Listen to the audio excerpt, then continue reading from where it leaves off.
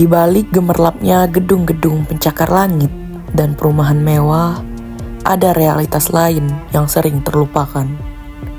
Rumah susun yang padat, sempit, dan jauh dari kata layak. Rumah yang besar dengan halaman luas, fasilitas lengkap, dan lingkungan yang asri. Penghuninya hidup dengan kenyamanan, memiliki akses mudah ke pendidikan, kesehatan, dan berbagai kebutuhan lainnya.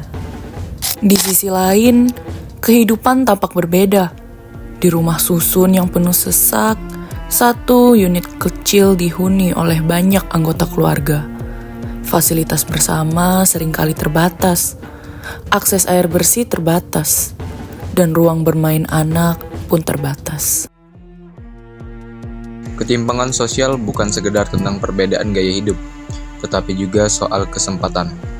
Anak-anak dari keluarga mampu memiliki akses lebih baik ke pendidikan dan kesehatan, sementara mereka yang hidup di rumah susun harus berjuang lebih keras demi masa depan.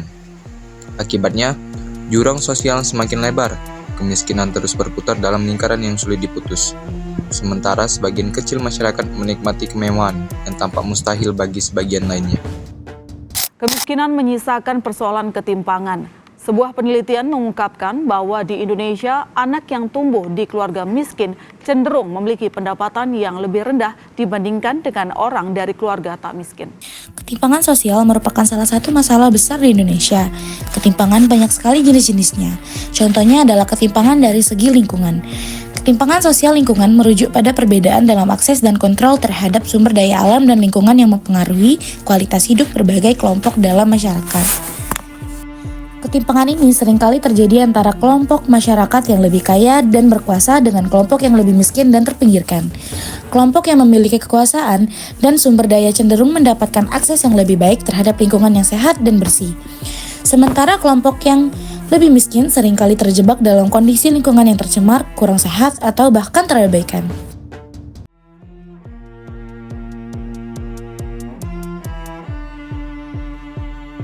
Fenomena ini dapat terlihat dalam berbagai bentuk, seperti perbedaan dalam akses terhadap air bersih, udara yang bersih, atau kawasan hijau. Di banyak negara, daerah-daerah miskin atau pinggiran kota cenderung lebih rentan terhadap polusi industri, banjir, dan bencana alam lainnya. Di sisi lain, kawasan kaya sering dilindungi dengan infrastruktur yang baik dan kebijakan lingkungan yang lebih ketat.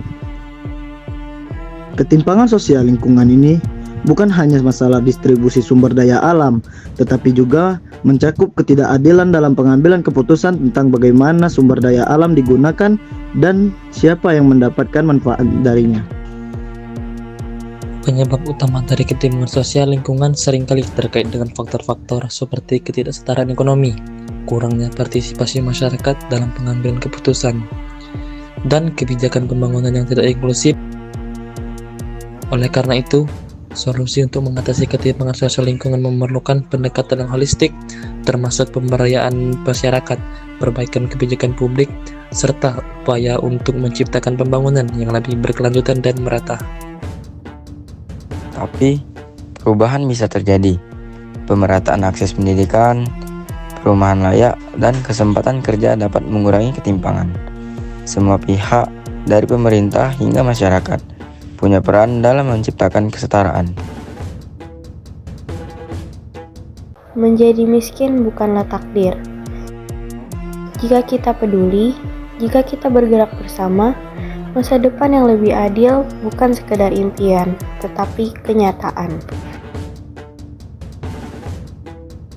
Jika kamu lahir dari keluarga miskin, itu bukan salahmu. Namun, jika keluarga miskin lahir darimu, itu salahmu, karena kamu tidak berusaha keluar dari garis kemiskinan.